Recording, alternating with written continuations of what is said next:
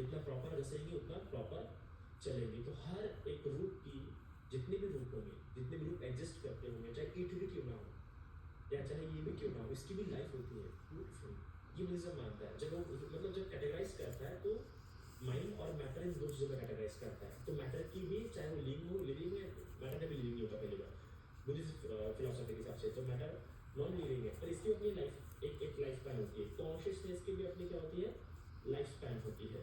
ये दोनों का आधार पर चलता है। दूसरी प्रकार हर देवलोक की एक फिजिकल अपीयरेंस होने के कारण से उसकी फिजिकल प्रॉपर्टी भी होती है, और वो प्रॉपर्टी की भी अपनी एक स्पैन होता है। तो उतना ही चलेगा वो।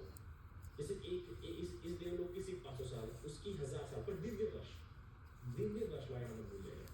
500 दिव्य वर्ष, 1000 दिव्य वर्ष, फिर उसके ऊपर का 2000 दिव्य वर्ष, फिर उसके ऊपर का 4000 दिव्य वर्ष, फिर उसके ऊपर का 8000 दिव्य वर्ष। तो मतलब जैसा वो डबल होते जाता है, जैसे जैसे गैप बढ़ते हैं तो वैसे से डबल होते जाता है। दिव्य वर्ष मतलब अगर मनुष्य का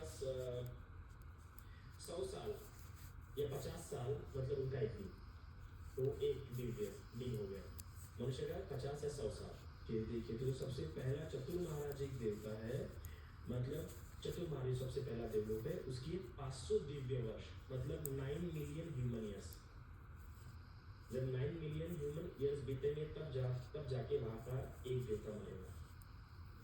तो मतलब आज से 2000 साल पहले जो देवता था अभी भी वही देवता है, ठीक है। तो इसलिए देवता हमेशा बदलते रहते हैं। उसके ऊपर का है 2000 दिव्य वर्ष, तो मतलब 144 मिलियन ह्यूमन ईयर्स। उसकी होती है एक मतलब 200 ह्यूमन ईयर्स। 200 ह्यूमन ईयर्स में वहाँ पे जब 200 ह्यूमन ईयर बीतेंगे तब जाके वहाँ पे एक दिन होगा। तो आपको एक बार ऐसा उदाहरण मिलता है जहाँ पे जैसा एक बार क्या देवता शक्र इंद्र की वाइफ पे एक बार मैंगो तोड़ने के लिए गई थी। अपना वहाँ का हो ना वो शरीर बोल रहे हैं वहाँ पे अभी है और क्या कर कभी कभार लोगों को लगता है ये तुम जाके आए हो, विश्वास बैठ जाए कि बिलीफ हो चुका है हमारा वहाँ पे। तो कहानी मुझे बड़ी अच्छी लगी। तो इंद्र की वाइफ जाके, क्योंकि इस इंद्र की 3 वाइफ है, वो सब कुछ तो भी कोई फल वगैरह तोड़ने जाती है, पारिजात वृक्ष तो वहाँ पे रहता है इंद्र के आसन के पास में, तो कोई फल तोड़ने जाती है। तो जैसे ही फल तोड़ने जा रही थी तुरंत उसकी मृत्यु हो जाती है। वो मृत्यु हो जाती है, मनुष्य लोक में उत्पन्न होती है, पूरा एक जीवन जीती है, शादी होती है, बच्चे होती है, बुद्ध की सेवा करती है वगैरह, बहुत कुछ करती है।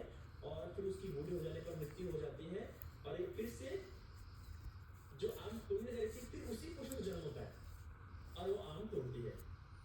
फिर देवराज इंद्र को उसको क्या हो गया, 2-3 घंटे तुम दिखी नहीं, बोले कहाँ पे थे? तो मतलब सिर्फ 2-3 घंटे बीते थे, और इधर वो पूरा मनुष्य जी के भी आ गई थी। ये बताती है कि मैं ऐसा मतलब बुद्धि की सेवा करने के लिए ये मेरे।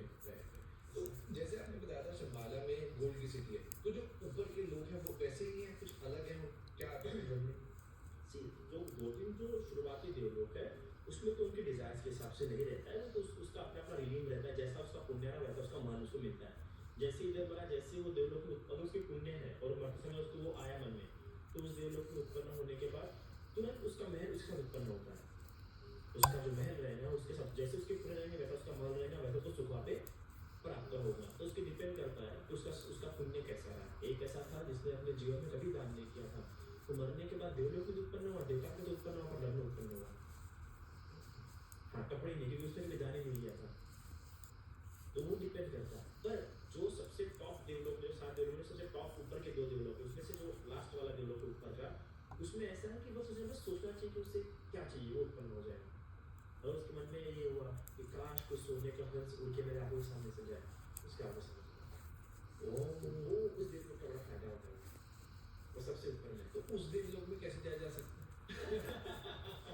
जिसके बहुत पुण्य होते हैं ना, जिसके बहुत पुण्य होते हैं, जो बहुत सेवा भावी होता है, ऐसा हम देख सकते हैं कि उसको खुद चूज करने का मौका मिलता है आफ्टर। हाँ, अब डेथ के समय आफ्टर डेथ कुछ नहीं होता, डेथ हो गया तो फिर हो गया बुद्धिज्म में। उसे ऐसा चूज करने का मौका मिलता है कि 7 देवलोक अगर वो बहुत अच्छा इंसान है, बहुत इंसान, तो ऑफ कोर्स अभी पार्टी का काम कैसा होता है, कोई अच्छा आता है तो हम देते टिकट, वैसा वाला। तो वैसा वाला तो 6 के 6 देवलोक के आ जाते इसका आपके सामने, वो तुम बस चूज करो तुम्हें कौन से देवलोक में आना है। तो वैसा वाला होता है। एक था चित्रगुप्त जो कि बहुत धार्मिक था। उसका जब मृत्यु का समय पास में आया तब उसके साथों के सब 6 के 6 देवलोक के उसके पास में आए थे। तो फिर उसके पापा अपने बच्ची को पूछा, बताओ कौन से देवलोक में जाऊँ? तो बोलते कुशी देवलोक में जाओ। पिताजी कुशी देवलोक में बहुत से तो वास करते हैं, तो वहाँ पे जाओ। वैसे माला एग्जैक्ट विषय डेवलप में जाना है मुझे, तो वो डिपेंड करता है वो पुण्य कर्म, जिसको बहुत शीलवान रहा हो उसको तो ऑफकोर्स ऐसा होगा, उसने बहुत एथिकली कंडक्ट किया होगा, कभी झूठ नहीं बोला होगा संसार में अपने जीवन में, कभी हिंसा नहीं की होगी, कभी शर्करा नहीं किया होगा, कभी व्यभिचार नहीं किया होगा, कभी लोभ नहीं किया होगा, कभी द्वेष नहीं किया होगा, उस व्यक्ति को पुण्य कर्म होता है। तो अब जैसे अगर अगर एट द एंड मतलब डेथ से जस्ट पहले आप बता रहे हैं कि मन में इस तरह के विचार हो, अगर लाइफ में ऐसी गलतियां ऑलरेडी हो चुकी हैं किसी की और वो चाहता है कि मुझे आज से ही अगर वो प्रण लेता है कि मुझे ऐसे लोग में जाना है, तो क्या ये पॉसिबल है? बिल्कुल, अगर हम मॉरल कनेक्ट फॉलो करें तो, कि मैं आज से कोई भी ऐसी जानबूझ के इंटेंशनली कोई किसी गलती नहीं करूँगा, कोई भी शील नहीं करूँगा, तो पॉसिबिलिटी है। शील में क्या क्या आता है? शील में बेसिकली गुजर में तो नॉर्मली